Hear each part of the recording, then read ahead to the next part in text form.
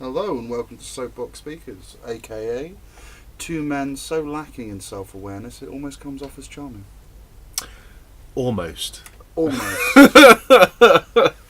Luckily we have the beards to make up for it. Yeah, but no one knows that.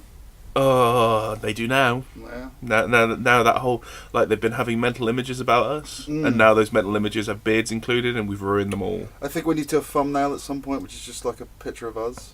Maybe. You know that one you took a while ago? Oh, yeah. Selfie. Maybe we should use that at some point. But you were like, oh, we can't let people know who we are, we might get doxxed. It's true, they might run facial recognition. I honestly don't care if I get doxxed, to be honest. I feel like that just means I'm succeeding. It's true. Yeah.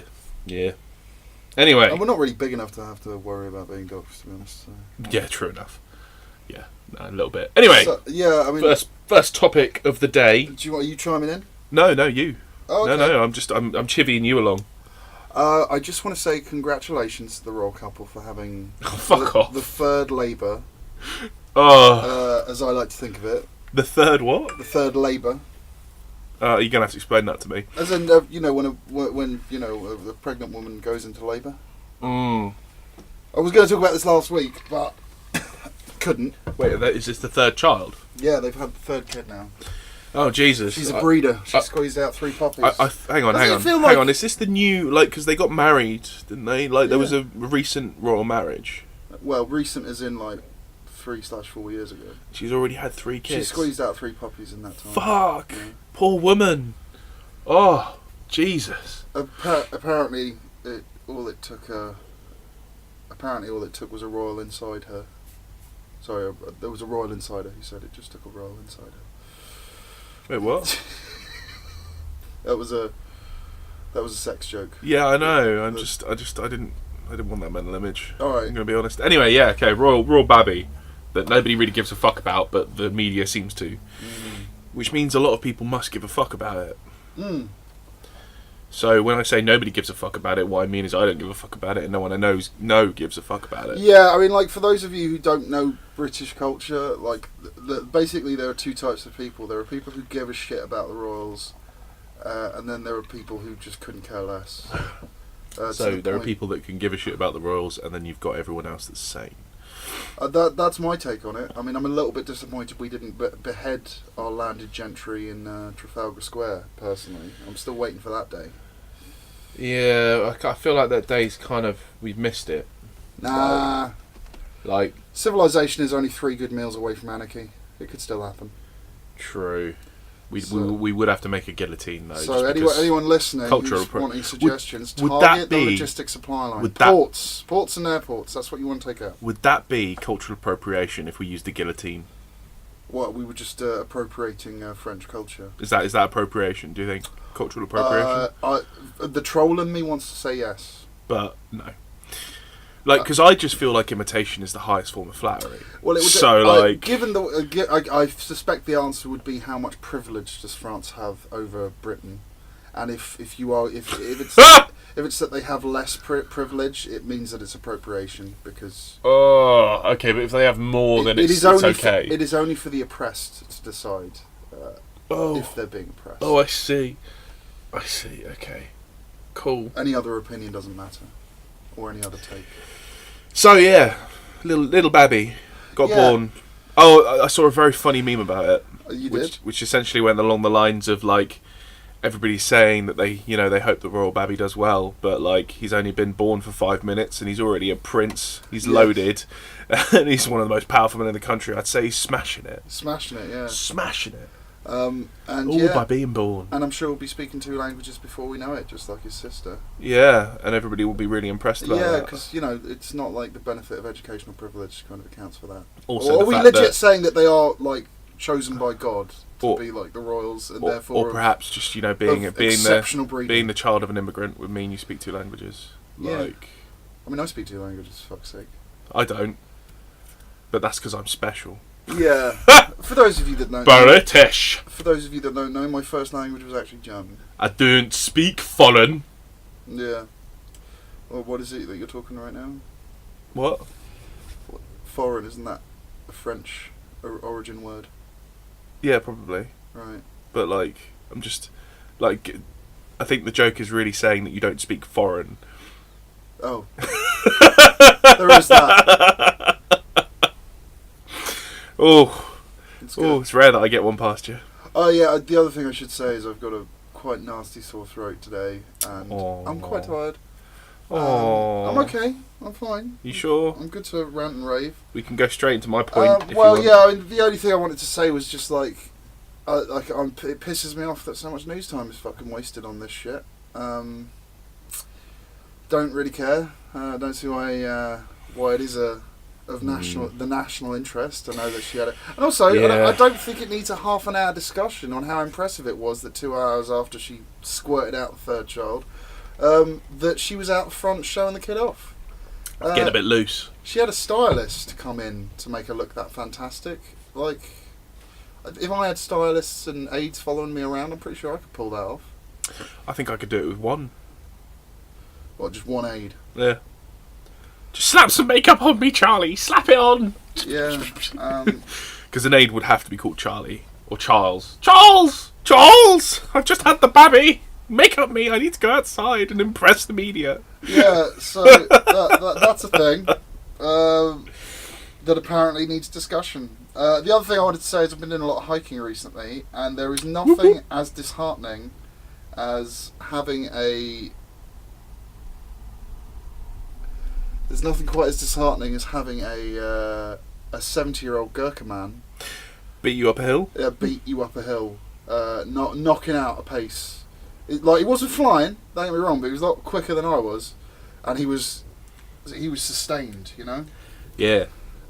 Years of dodging panthers. Yes, years of that high altitude has just made his body just an endurance machine. Yeah. And incidentally, the route I walk, I repeatedly run into Gurkhas a number of times. And you've ruined it, Matt. I really hope that phone call isn't for me. You might have to pause it. Oh, no, we're not going to pause it. I'm just going to sit here and be like, so, Matt's not here. Dum-de-dum-de-doo. Anyway. Dum-de-doo. Let's talk about how shit Matt is. You don't know this, but my phone has rung from 2 different numbers. One was withheld, one was from London. Oh, and now dear. a house phone has just rung, so it's quite possible that the ADHD clinic is trying to get hold of me. Do you want to deal with that?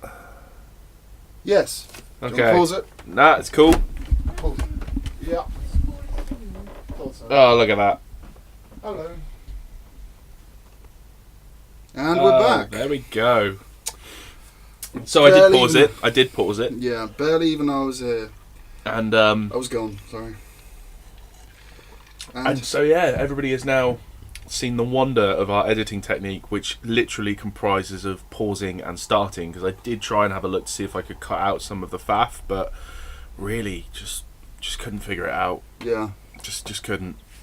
Right, where were we? So yeah, Gurkha community, like the elderly, there's still kind of like, I'm getting this kind of real strong fitness vibe, because I'm forever like running into Gurkhas along the route that I'm walking, and like just it's nice to see. It's nice to see elderly folk out enjoying this green and pleasant land. Yeah, I mean, I'm toying with the idea once again of giving the walk along the coast thing a go with a much smaller backpack and sunscreen yeah, and not doing it on the hottest day of the year, around this time where it'd be a bit nicer, you get some drizzle occasionally, and some pads for your feet, purely because I think it would be a very good way of getting fit quick. So yeah, like, not part of the podcast, but if you want to come, let me know. Well, let you know. Yeah.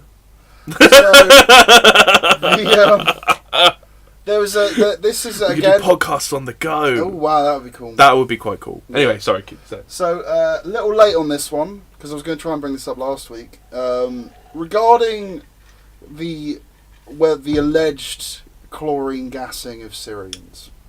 The alleged, which turned out to not be the case, right? We still don't know. Oh right, yeah, okay. Still not been confirmed. Why find that shit out? Here's how I'm going to explain this one. There is a stratagem in chess. It's known as a fork maneuver. It is where you take you use one of your pieces that has a lower points value than 2 of the other pieces of your opponent's pieces, and you place it in such a way that means that the your opponent will have to choose between one of them, and they will have to sacrifice one of them. It's a very simple chess stratagem. That, like, one of the first things you learn if you ever study chess. So it applies here, which is that regarding the airstrikes that occurred after the gassing, Russia has played a very clever game.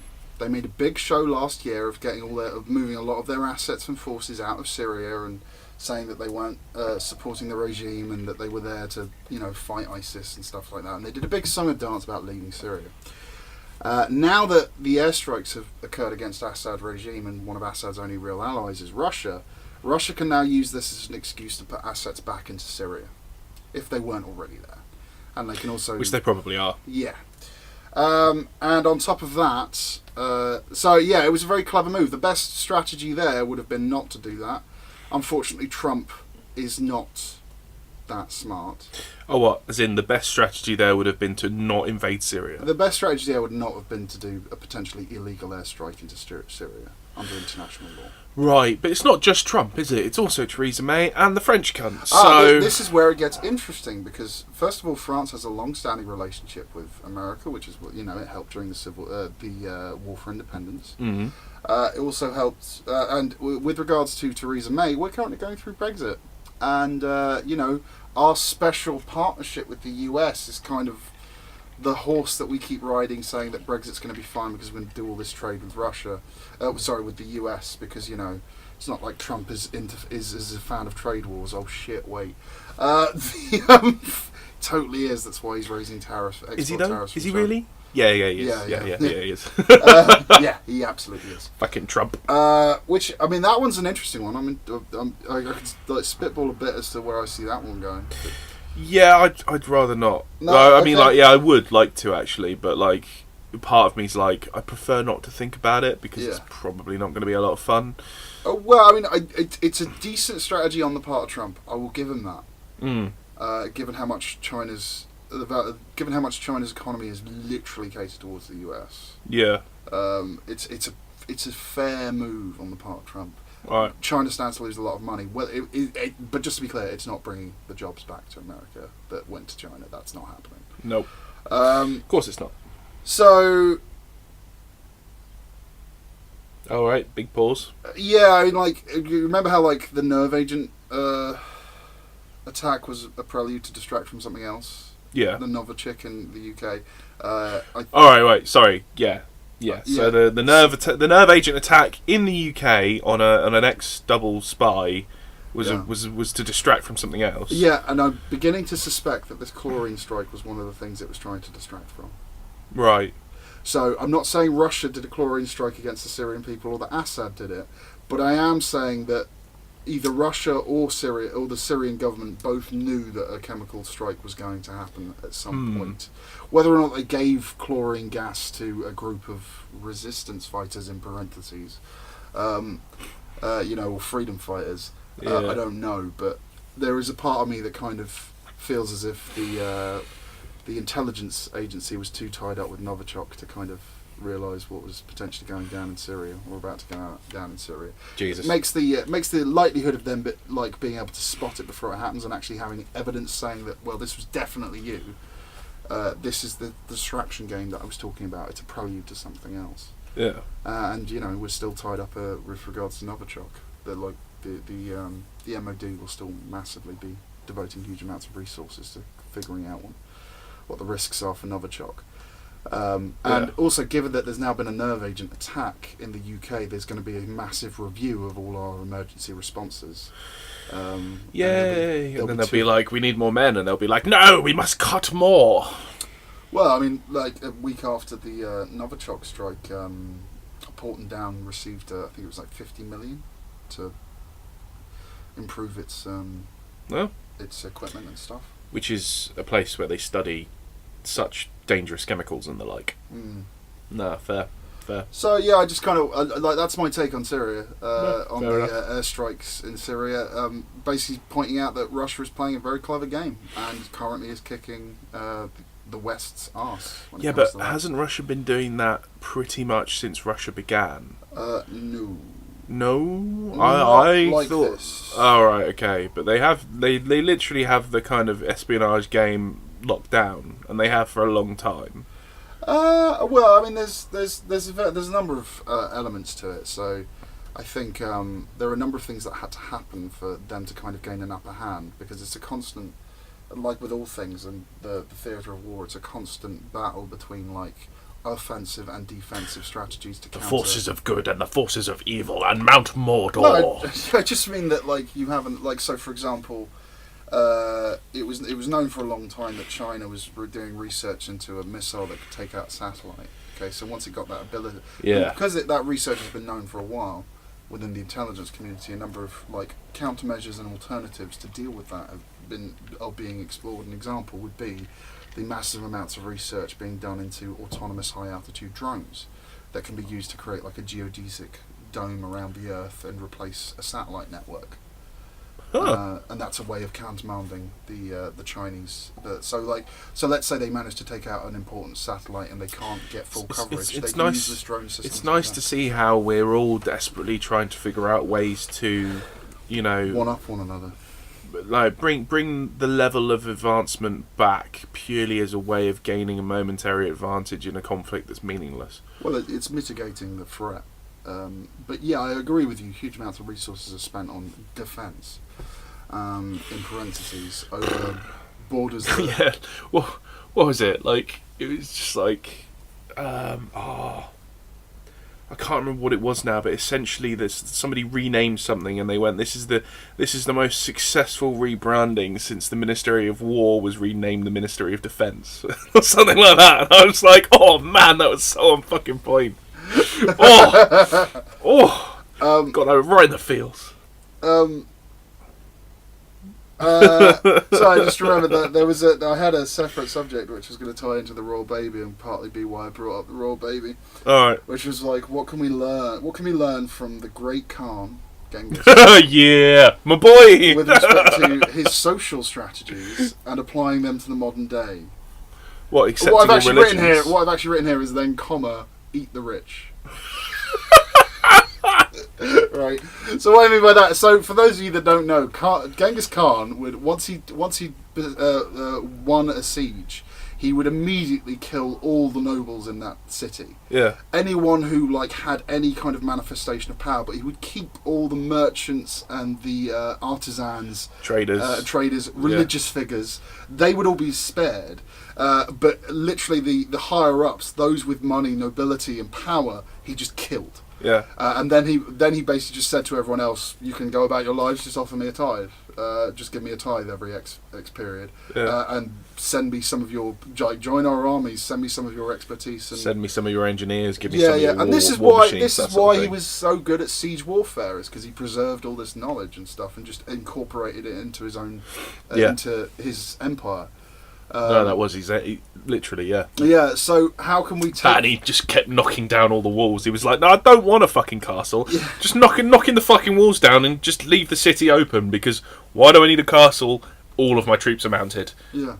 I could turn up in 2 weeks, mate. Yeah. And I'll catch them up. And they'll know I'll catch them up. So they're going to leave me alone. Like, there was this whole, like, because they fought, so like, the Mongols fought fucking everyone, right? But, like, they were fighting the Arab nations, and there was this huge Arab army that went to fight, and I think like essentially Genghis sent like I can't remember what exactly he called his troops, but essentially 2 units of 10,000 troops he sent to deal with this army of about 100,000, and essentially the army of 100,000 knew that if it lost its horses, it was dead, because without its cavalry, it couldn't combat the fighting technique that the Mongols had, which was essentially just like literally ride up beside them, fire arrows, ride off, and keep going, because you can just outmaneuver the army. Yeah. So what the Mongols did, right, is they fought them. They fought the army. They deliberately started losing, and then they ran away. And then and all of the enemy cavalry, which was about, I think the enemy had like 20,000 cavalry as well. The entire 20,000 cavalry chased the 20,000 Mongol troops and kept chasing them for days, right? Like literally just like, we've beaten them, but we want to make sure this army's destroyed. And the Mongols kept running away and kept running away until the enemy cavalry that didn't have the same fortitude as the Mongol cavalry gave up. And at that point they immediately went, here we are, turned around, destroyed the cavalry. What's that, you're exhausted? Destroyed the cavalry, and then just came back and destroyed the whole army, and it was just like... Yeah, also, I'm not right in thinking every Mongol warrior had 2 horses.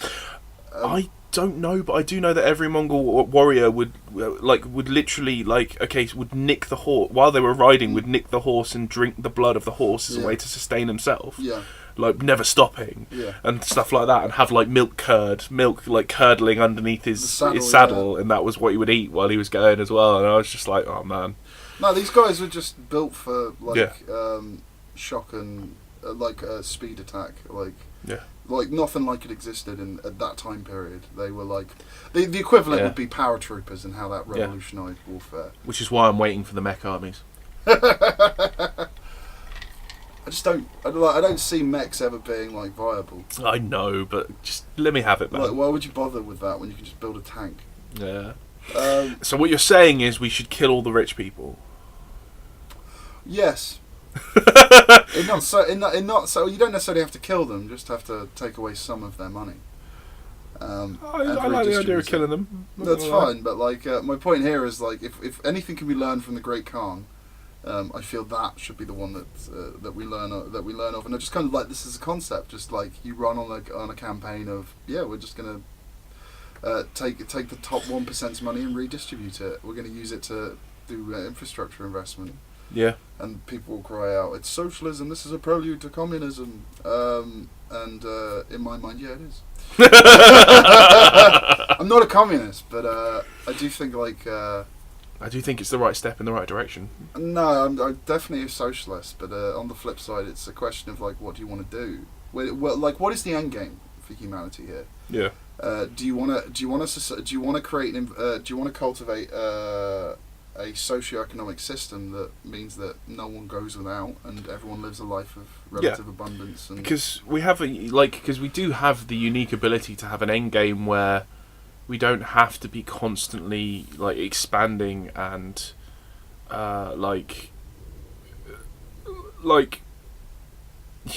humans can have the capacity to be happy with what they have. They don't have to constantly be getting more, constantly be getting a better paid job, more stuff, more cars, bigger houses. Yeah. Because I don't believe the end game of humanity is to sustain this kind of free-for-all of climbing up one another to climb the ladder of the socio-economic food chain. I don't believe that's all we're capable of. I'd like to hope. Yeah. And I think one of the ways of dealing with that is this. Education. Yeah, mostly education, actually. Yeah. Right then. So, just kind of, it's one of that. I was thinking about the Great Khan the other day, and it just occurred to me. And then you realised you were related to him because most of us are. Yeah, I realised that I was pretty much. There was elements of what he was saying that. Elements of what he was saying that I related to. Elements of what he did that I felt had interesting applications to the modern world today. Yeah. Well, another one is religious tolerance. Yeah. All religions were tolerated. You were free to practice whatever religion it was that you worshipped. Didn't give a fuck about that. Yeah, just don't suggest for a second that your faith is greater in power than the Great Khan, which is why the Pope fucking hated him. Oh my God, did the Pope fucking hate him? If only the Khan had conquered Italy, we might have a very different world map on our mind. Because he just didn't quite get enough. That's my general feeling. Didn't quite take Europe out, and so Europe had the capacity to then put pressure on the Mongol Empire, and eventually it collapsed again quite quickly. Because that's what happens when you have a great man who creates a lot. You generally don't have it sustained. Yeah, Alexander the Great. Another prime example. Yeah. His empire basically collapsed as soon as he died. Yeah. Anyway, you'll go. Oh, my go. All right, cool. So, like, I was like, what do I want to talk about on this podcast? And I was like, well, can we just take a moment here? oh, why? And I just want to say this. Oh, right, okay. Jake has, for the first time... Second time. Sorry, yes, for the second time, actually done some research. It looks better than mine. So. Matt's so proud. Really am. He's so proud. Because essentially, like, for the most part, like, I just don't find the time to do enough research to for the podcast, and I know that Matt will. So, like, I've basically I've been carrying, Matt's been carrying me through a lot of this. I just kind of, he talks about stuff, and I go, oh, I know a thing about that. Let me say that thing. And this time, I was like, I want to look into, like, surviving, because, you know, it's something I think about a lot. You know, how do people survive traumatic and horrific scenarios? Okay. And I found an awful lot of shit that was a bit kind of like, what's the word I'm looking for? Like, it was news stuff, so it was more about what happened and less about how. Yeah. You know, like, generally, you know, what creates a survivor. So there was a couple of bits that I found about generally kind of surviving really dangerous situations. So, you know, when you get stuck on a lifeboat, or if you're like in the middle of a very kind of like wild place with nothing to survive. Yeah. What you're in the elements. Yeah, what allows you to survive that? And it was quite interesting in that, like, you know, people with like high fitness or a high set of skills, or like, you know, a lot of ability to that you would think would then lead into them being able to survive, they die first. Interesting. Because they're careless. Overconfident. Because they push themselves further, and because they feel like they know what they're doing, and that gets them killed, essentially. Yeah. And that quite often what you need is humility in order to be able to survive a dangerous situation. So, like, you need to be able to go, okay, I need to rest now, I've pushed myself too far. Or you need to be able to go, no, I'm not capable of doing this. So, like, you know, the idea of being like, fuck it, let's do it, will get you killed. Yeah. Impulsivity is not something conducive to survival. Yeah, to the point where, like, you know, 10-year-old kids have survived situations where there have been, like, survival experts with them who have died. Interesting. Like because the 10-year-old kid's like, I need to be careful. Whereas the survival expert's like, no, and then gets himself fucking killed. Which I thought was amazing. What's that old adage? Think, then act, don't act, then think. Yeah. Because I've always and you know, you inevitably like compare yourself to these situations and go, could I survive this? And I've always found myself to be a very cautious person. Yeah. Like I won't do the thing. Like, despite being a big strong man, I'm like, do you know what? I'm not going to try and jump that thing because I might hurt myself. Yeah. And now I feel very validated that, like, this is telling me, hey man, do you know what? That is right. That will keep you going. You're right to be cautious. It is a big, scary, dangerous world out there. Yeah. Especially in the wild. Yeah. But that was kind of just a little extra bit, and what really got me interested is how people survive mentally after traumatic events. And there was this huge article I read that was really cool, and that's what I'm going to talk about now. So essentially, like, there's a Centre of Behavioural Research and Therapy in Istanbul, which is specialising in like providing therapy to people who have survived like kind of wide scale traumatic events, you know, where you've lost like half your family, you've been like raped. Natural disaster shit and natural disaster shit, but also like where like people have literally kind of lost everything. So they've been tortured and raped. All of their family have died. Yeah. They have no friends left. Yeah. They've moved country and they escaped a coup and in the process lost families and shit. Yeah. And like what was interesting about this is they're essentially taking a really different approach to the idea of therapy in general. So like most of the trauma survivors that they have there only have like 8 to 12 sessions, and then they're done. Okay. Like, they're better. Which is apparently like causing a bit of controversy because it's going against the idea that the connection between the therapist and the survivor or the patient is important, and this is kind of going, it's not. it's. I think it's dependent on context. Well, yeah, but like, so like for example, and essentially what this whole thing revolves around is facing your fears. Yeah. So like, say for example, if a woman is now scared to get on a bus with a bunch of men, Sure. or scared to sleep in the dark, Yeah. or scared to watch certain violent stuff on TV, the therapist will encourage them to do those things. So like for example, the therapist will watch a rape victim documentaries about rape and stuff like that. What's up? I'll put my hand up so I don't interrupt you. Okay. How is this any different from exposure therapy? That's a very good question, and I didn't go far enough into it to figure that out. Right, essentially, but but what like, you're describing just reminds me of exposure therapy.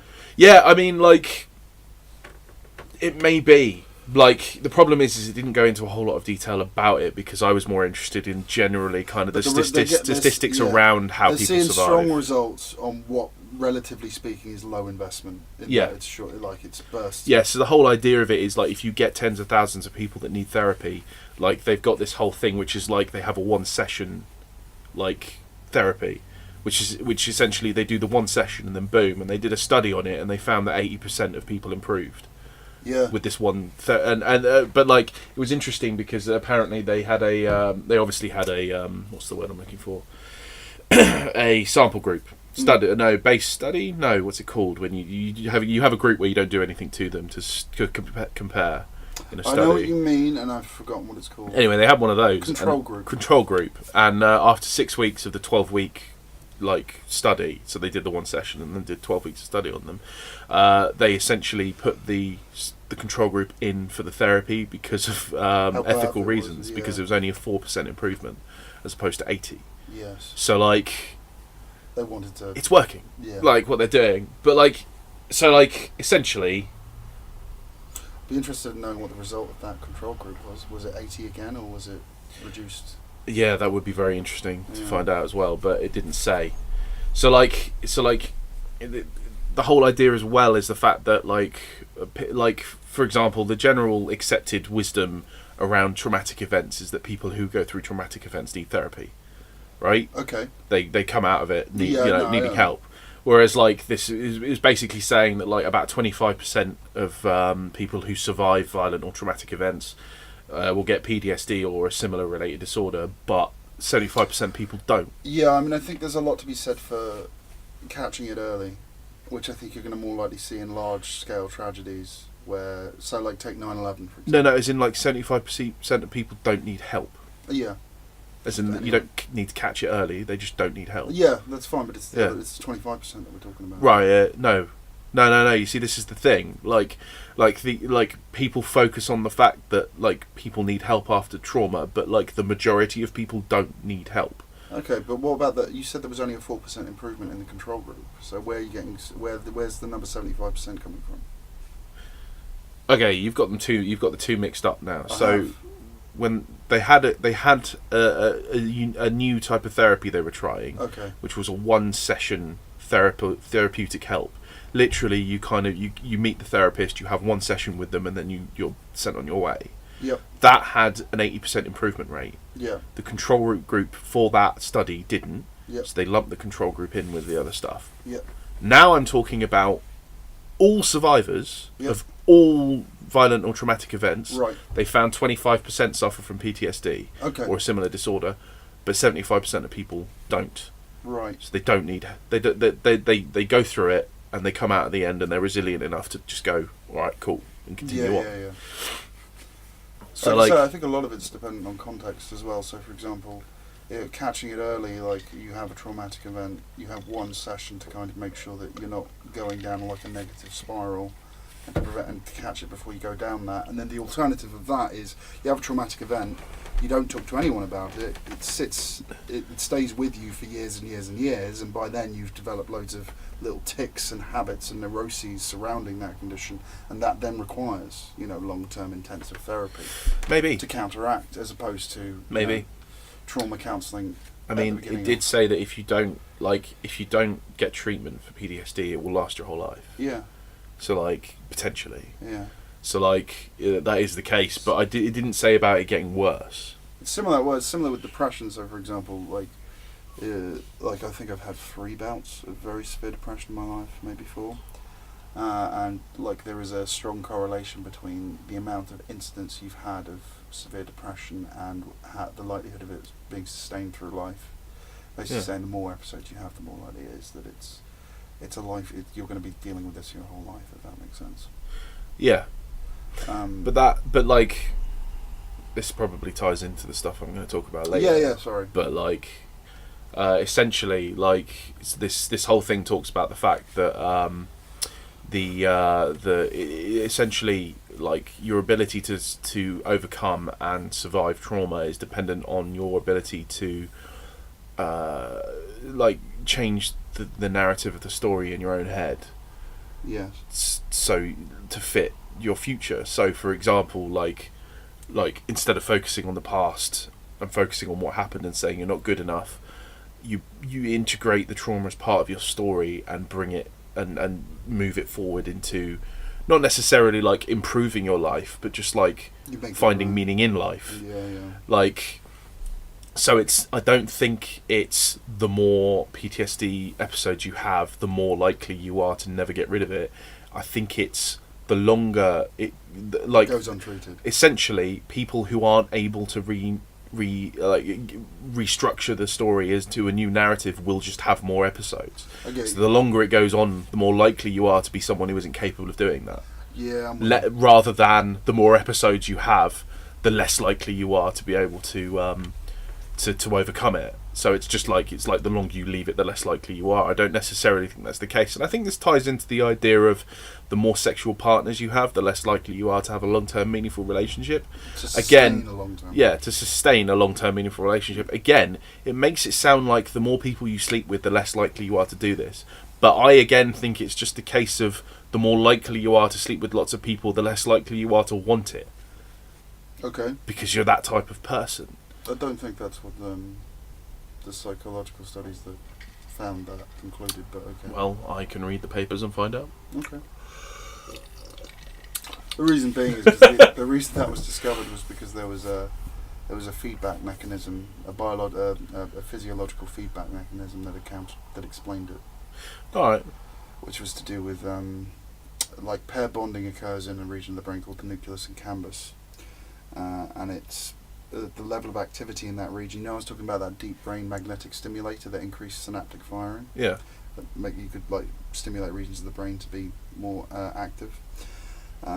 There's 2 hormones. In men it's vasopressin, in women it's oxytocin, and they affect a number of different regions in the brain, but particularly the nucleus accumbens. And in that region of the brain, the neurons there have an awful lot of on the cell walls of the nerves there's an awful lot of receptors for those proteins, for those hormones. And so when your body is secreting these hormones all the time, but like depending on what activity you're doing, the level that's released varies. So, you know, if you're with company and good friends, it raises. If you're having an intimate conversation with someone, it's even higher. And like in men, it's highest during sex. And again, the quality of the sex kind of reflects how much of that hormone is released. In women, it's highest during labour because oxytocin also induces muscle contractions in the uterus. That's where the concept of the maternal bond comes from. Anyway, the theory behind this is that the more times your nucleus accumbens has to bond with someone, and that relationship like either ends and there's an emotional trauma attached to it, or it's a brief encounter, the less that you slowly reduce the plasticity of that region of the brain to respond to vasopressin in that, so to oxytocin and vasopressin in that way. You become more numb to it, in the same way that like having a high sugar diet can mean you become less sensitive to insulin. Right? Interesting. So the reason I bring all this up is because like I understand where you're coming from, and yeah, I partially agree, but based on what last time I checked, I knew about it.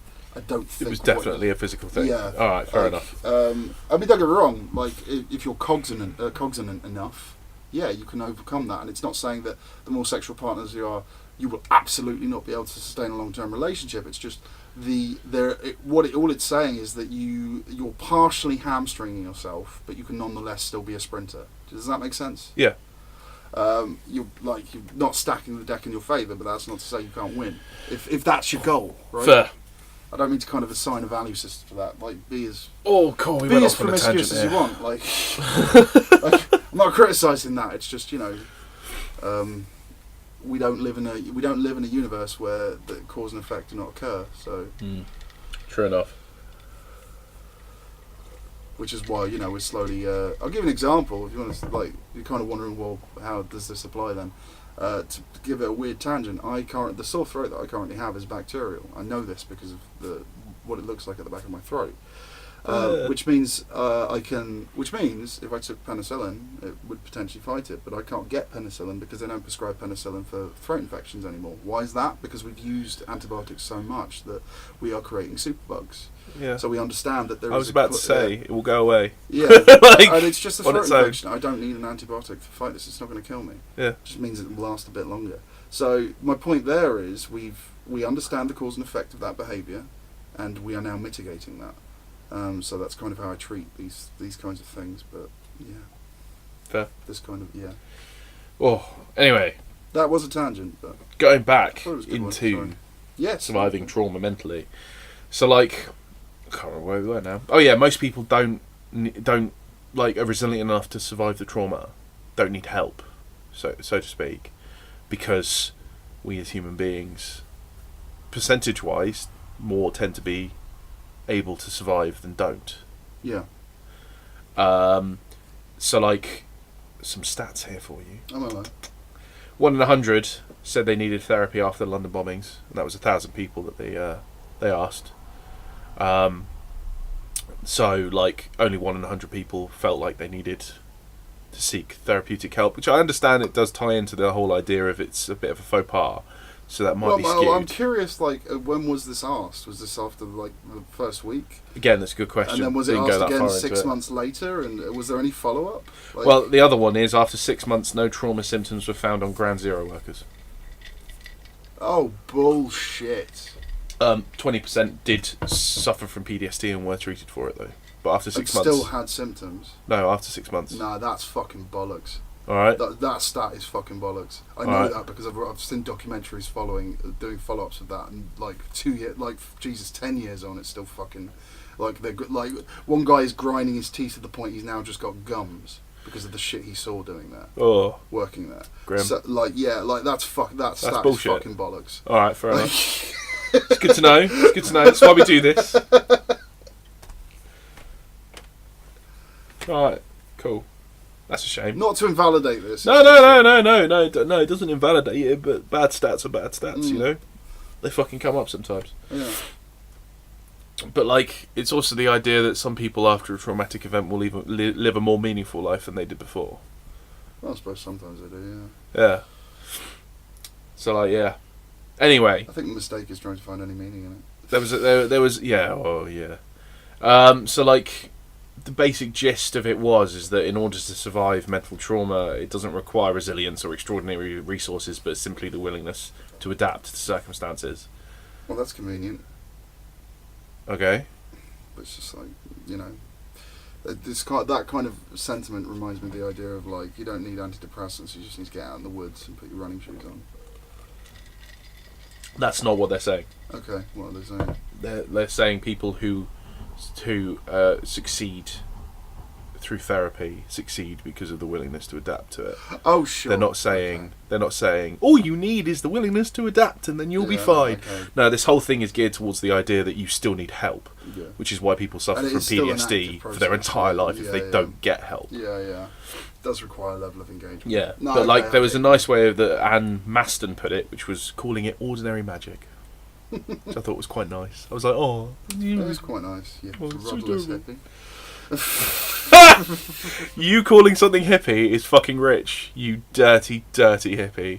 It's true. To walk around barefoot a lot. Bumming out my apex. Yeah, talking about fucking how your aura's all out of sync right now. I remember that shit. I remember that shit. I say all that shit either ironically or while on a LSD, so I don't feel it counts. Yeah, alright.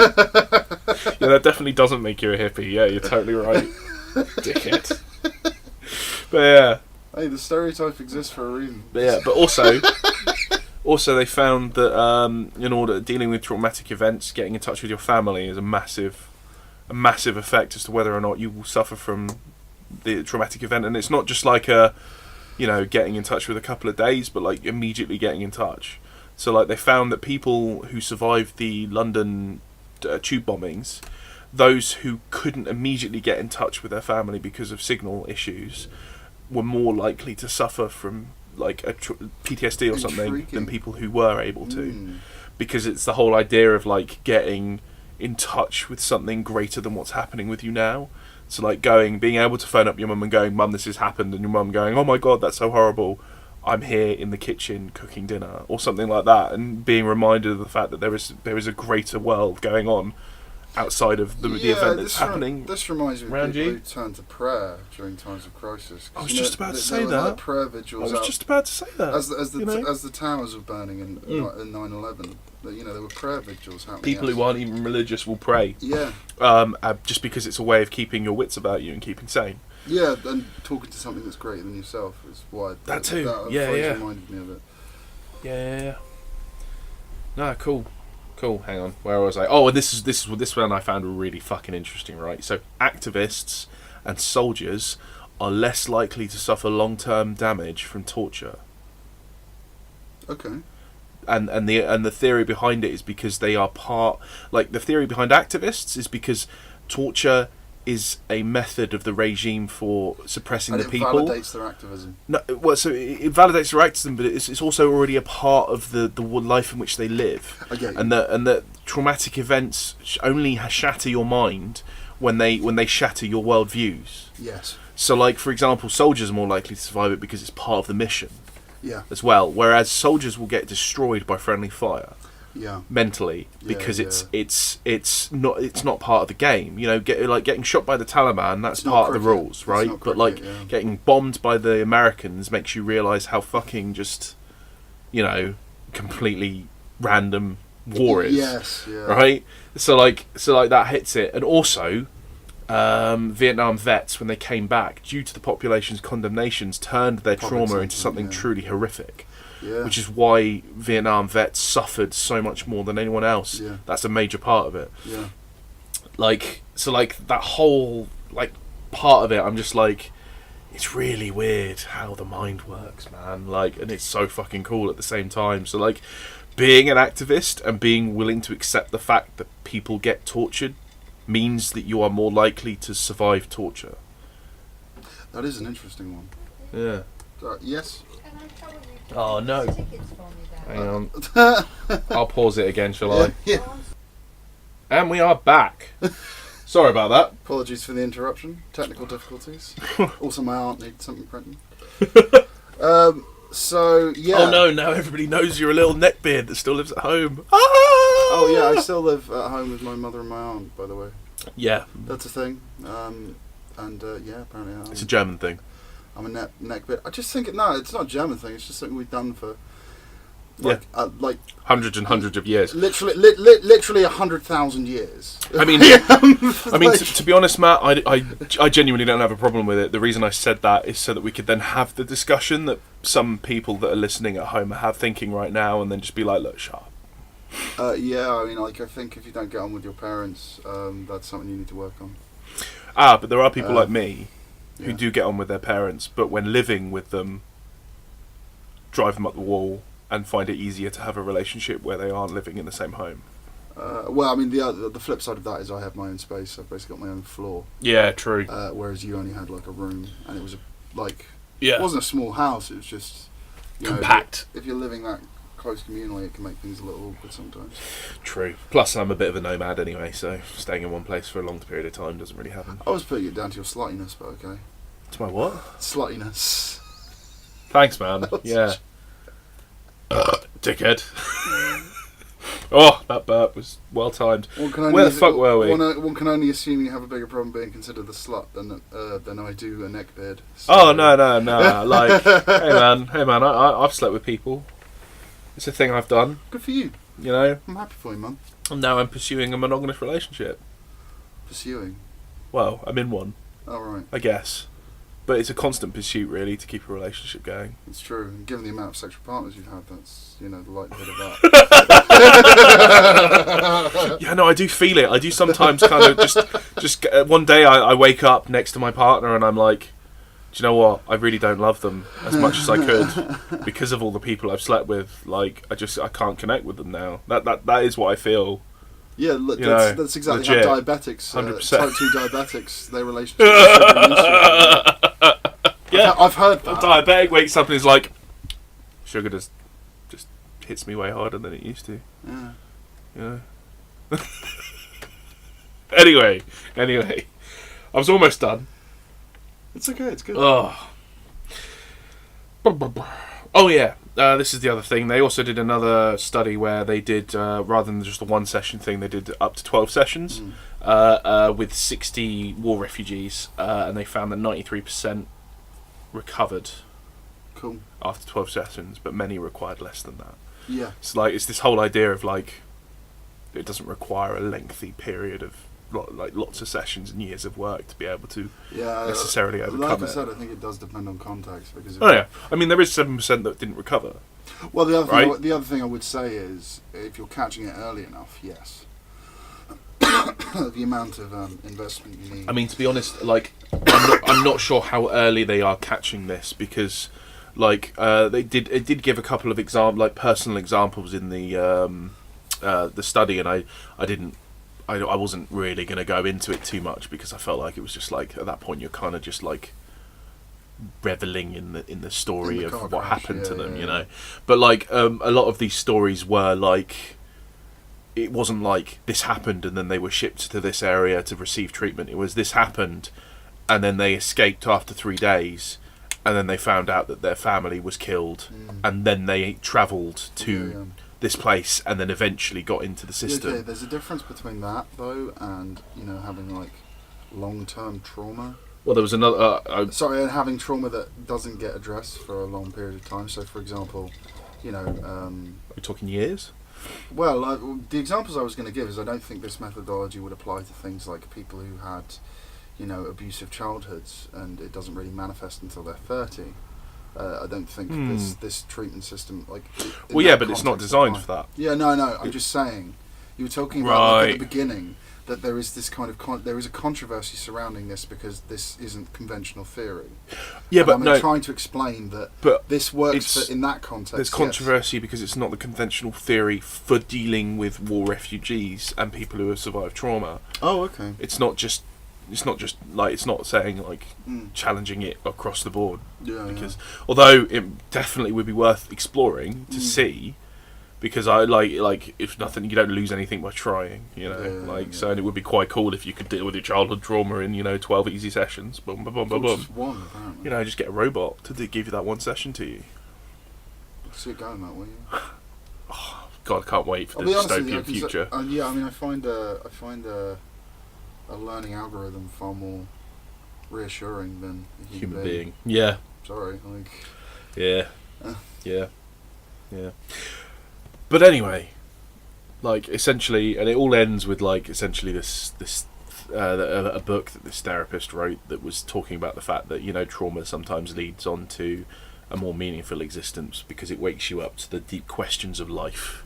Sure. So it wakes you up to it wakes you up to your mortality and to the fact that people can die at any time and makes you have to deal with that. Yeah, so it's just reminded me of a quote. Which I'm trying to remember the specifics of. Well, if you Google it, I can talk for another 30 seconds. Okay, I'll Google it. You talk for another 30 seconds. Cool, man. Now I don't know what to talk about because I said that I'd be able to. Boom! Nailed it! Oh, yes. Anyway, so, essentially, all of reading about all of this has inevitably led for me to go, oh man, I can incorporate so much of this into altered reality. Yeah. Which is a game we play, by the way, which is playing survivors in an apocalypse, which is why a lot of the stuff I do get interested in the real world does stem from what can I use to then make my game better, which is weird, which is exploring the real world through Isn't that what and Lark then lets escape. you do anyway? Yeah. That's kind of why I do it. Yeah, that's exactly why. That's what I was just saying. That's why I did it. But then I was like trying to concisely, like, put it in a concise manner, and it essentially like exploring the real world through an imaginary one. Yeah. Like, okay, so I've got the which quote. we've been doing for years, to be fair. Oh no, that was what I was going to say. No, fuck your quote for a second. So it's essentially there was another quote in this which was essentially it confronts you with the idea that you know your mortality. It's the idea that we're all going to end up being just like food for the worms, right? Sure. So like the way to overcome it is to build a narrative that becomes greater than essentially build a narrative that will last longer than you do. Yeah, the goal becomes is greater. forever. The goal is to create something that will. Yeah. Which is exactly what the fucking Vikings were doing fucking 600 years ago. So really, the Vikings were just great therapists. Yeah, I'm sure. Because it was all about, like, doesn't matter if you I'm die. Sure the nuns felt doesn't matter if you die, mate. It's all about creating a story that lasts longer than yourself. Yeah. Oh, Vikings had it right. Genghis Khan and the Vikings. You combine those together and we'd have been fine. Been fine. Fuck the nuns. Here's the quote. Out of suffering have emerged the strongest souls. The most massive characters are seared with scars. Say that one more time. Out of suffering have emerged the strongest souls. The most massive characters are seared with scars. Ah, yeah, I like it. Yeah. Cool. Anyway, that was me done. Is that all of it? That's all of it. Okay. I have one more thing I want to talk about. And it's something me and Jake have spoken on before at length. Should I put my drink down? No. First of all, I need to plug an anime TV series, which I encourage you all to go watch, which is Ghost in the Shell Standalone Complex. Ah, now it all makes sense. Yes. And there was a recurring theme throughout that series, which is there's the Monster of the Week episodes where it's just a standalone episode and a little bit of character development, and then there's standalone complex episodes, which is this overarching kind of story arc that is explored through the entire series. And there's a concept in there called standalone complex. What it's referring to is emergent behaviour that occurs in large communities which are very strongly interconnected, where you get, so think of it as like copycat killings.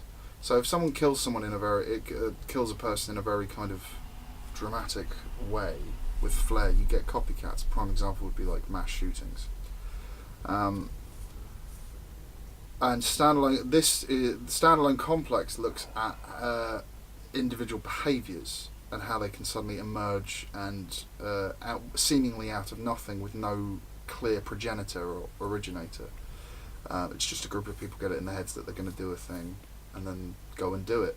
Bit like the London riots. Yeah, exactly like the London riots, and they don't necessarily know each other. They just feed off one another through how they're represented within the media.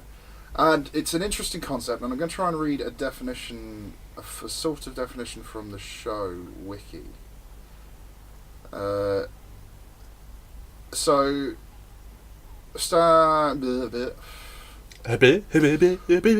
While originally intended to underscore the dilemmas and concerns that people would face if they relied too heavily on the new communications infrastructure, standalone complex eventually came to represent a phenomenon where unrelated yet very similar actions of individuals create a seemingly concerted effort.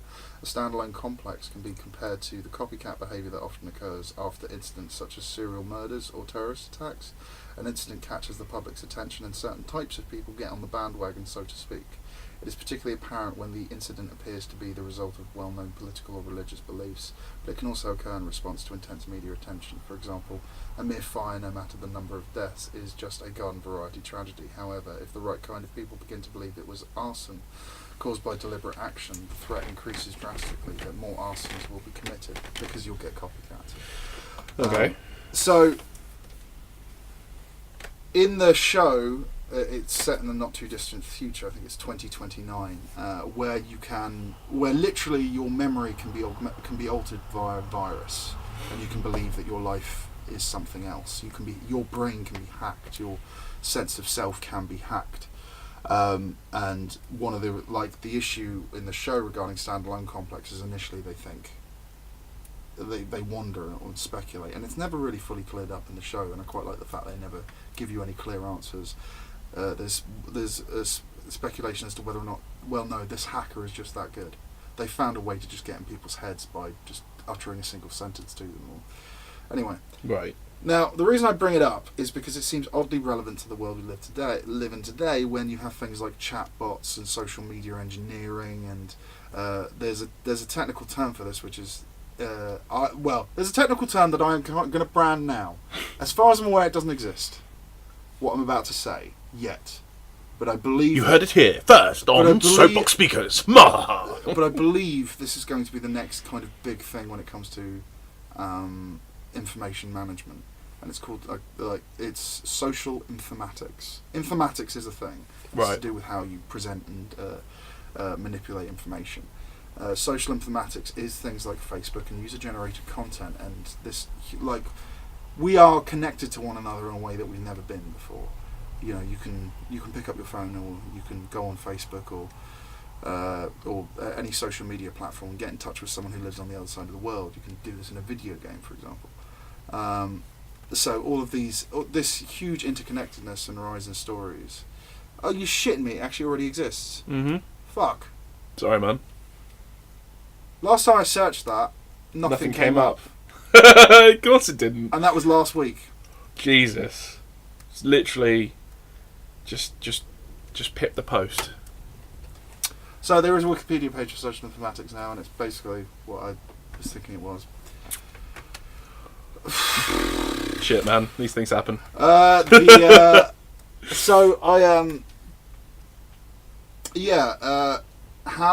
this rise of kind of like fake news and finding news outlets that you can trust and rely upon, and actual truth with respect to like what happened and the intention behind it. It's all fake news. Well, the thing fake news. It is. Like all of it. Me and the president of France being buddies is real news. No, that is also fake news. Yeah, is my point. Oh, what, really? It all is. Everything that once it's put onto the once it's put onto the net, or once it's printed, view it as a single snapshot from one person's perspective at one point in time. It's all fake. Okay. It's all fake, is it, Matt? Yeah. All of it. Yeah. All of it. Everything. Yeah. Every book is fake news. Yeah. Okay. It's one person's perspective at one point in time, given their history. Right. Like, none of it is written in stone, except the Ten Commandments, which God saw fit to write in stone. Think about it. Fuck off. Fuck off. None of it's written in stone, apart from God's Ten Commandments, which we should all follow. We should all follow. Boo. That's not actually what I said. Yeah, I know. That's what you inferred. Like. I know. But Matt, it's all fake news. So. Except the what's written in stone by God. Oh, that's fucking fake as well. It's not real. That never happened, Matt. You think, there is no God. What, you think, like, Moses ascended Mount Zion and was, like, with a chisel? Yeah. And made himself some some stone tablets? No. I don't think Moses, mounted, like, went up a mountain. I think Moses maybe climbed a hill and then was like, do you know what, guys? These are the tenets we should follow. And then in 100 years' time, somebody went, and Moses climbed the largest hill and came down with a scroll of parchment. And then somebody else was like, and then Moses climbed a mountain and was like, here is some stuff on some stone. And it was great and good. And God is like, yes, boy. And then God was like, what is that fucking golden cow doing down here, you little bitches? Get rid of that, or I'm going to kill you. And everyone was like, Jesus, God, you're kind of like an abusive partner.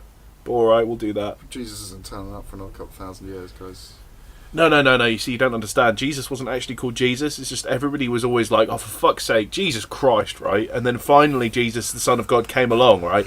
And his name was actually Barry, but everyone was like, look, man, you're going to have to be called Jesus Christ. Because we've been using that for so long. I like that as like the idea of like happy as Larry. Like who is this Larry that we can all compare our happiness to? He's that happy. I like the idea that one day a Larry is going to turn up who is just the happiest person but he's ever. Called Barry. And we're all going to call him Larry because he's happy as Larry. That's the Larry. Yeah. So they just use Jesus Christ. They use like Jesus and Christ. That was it. Like, anyway, that's my joke for the day. There we go. That was good. I like that. Thanks, man. Appreciate it. I do try sometimes. Yeah. Worth the effort. So standalone complex. Yeah, increasingly I'm starting to see it increasingly in the news and how things happen and the response to things and this kind of like control of information and public sentiment.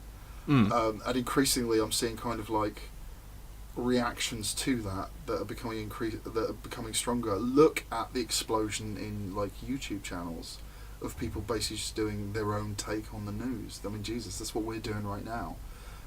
All of that is like a reaction to... We're all in the system. Yeah, and we're all contributing to fake news. Hey man, my news ain't fake. Well, like I said, it's one Barry was renamed Jesus Christ. The point is, like, you know, it is all of this is just, you know, one person's perspective, or in this case two. At one point in time, it's a snapshot. Yeah, no, I do agree with that. Yeah, and I think increasingly you're going to start seeing like concerted efforts, like things that look like concerted behaviours that look as if they were planned but aren't. Right. Because of that level of that is quite cool. Interconnectivity. Like we've already seen it, haven't we? Well, I mean, like there is like a precedent for it in nature, I think, though I don't know if this has been proven. But have you heard of morphic fields? No. Okay, so a morphic field is this idea that there's like this biological resonance, and that behaviours animals tend towards certain behaviours if like the base architecture of their brains are the same. So it's a bit complicated to explain, but like here's an example. So a sparrow was observed in the south of England pecking the top of a milk bottle, the foil of a milk bottle, and then it would fly away. And then because you'd breached the seal, it would start to turn to cream, and it would be high fat. And then the sparrow would come back later and take the fat. So it was getting more calories out of its little feeding, right? Yeah. And then literally the same day in the north of the UK, another sparrow was seen doing it, and those were two instances of two behaviours, and it hadn't been observed anywhere else yet, and then it just exploded as a behaviour, and there was no way that those sparrows could have communicated to one another in one day. So two independents engaged in a similar behaviour at basically the same time, with no discernible, with no clear indication as to why. Yeah. And that's an example of a standalone complex. You're getting this emergent behaviour from groups of individuals who have no contact with one another. Well, throw enough shit at the wall, some of it's bound to stick. Yeah, but the likelihood of that occurring rises as our interconnectedness increases. I get you. Yeah. Because we're all on a similar level playing field, the chances of multiple people doing the same thing at once increases. Yeah. And well, look at the fucking hashtags that do the rounds. Hashtag Soapbox Speakers. Yeah. No, just like think of it as as memes that do the rounds. I mean, you mentioned one earlier, which is the royal family. Like, seems to be doing all right. So. Yeah, I just think it's an interesting concept, and I think it's one that we're increasingly going to see definitely more and is. more of. Definitely is. And I think. I hope we do see more of it. Yeah, so I'm always kind of mindful of it. So are we at final thoughts? Is that what you were going to say? Well, it's a good time. Unless there's anything else. I do have some stuff, but it's not fully formed, and I don't really want to put it to the table right now. All right. Next week it is. Final thoughts. I think. Ooh, final thoughts is silence. Well. Ooh. I'll give you a final thought. Okay, go on. The meek shall inherit the earth. Well, they may not inherit the earth, but they'll certainly survive extremely dangerous situations.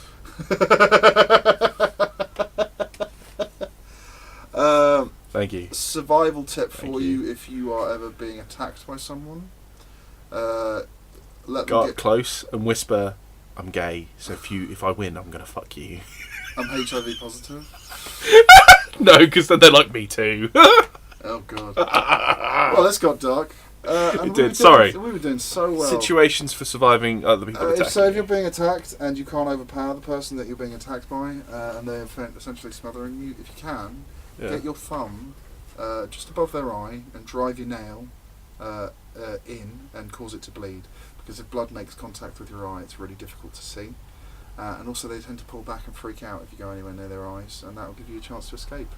Thanks for that. Appreciate it. Yeah. No, that's good to know. Another bit of self-defense advice, though. Another good tip for if someone's attacking you: run the fuck away. Yeah. Best self-defense advice you ever can give anyone ever. Just run the fuck away. Get the fuck out of there. Yep. You don't have to stand your ground or anything like that. Just Don't be a hero. Yeah. Best survival advice: don't be a hero. Don't be confident. Always double guess everything you're doing.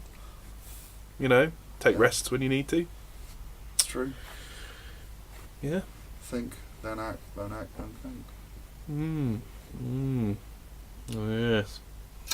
So much love to you all, and yeah, have a good week, you gorgeous bitches.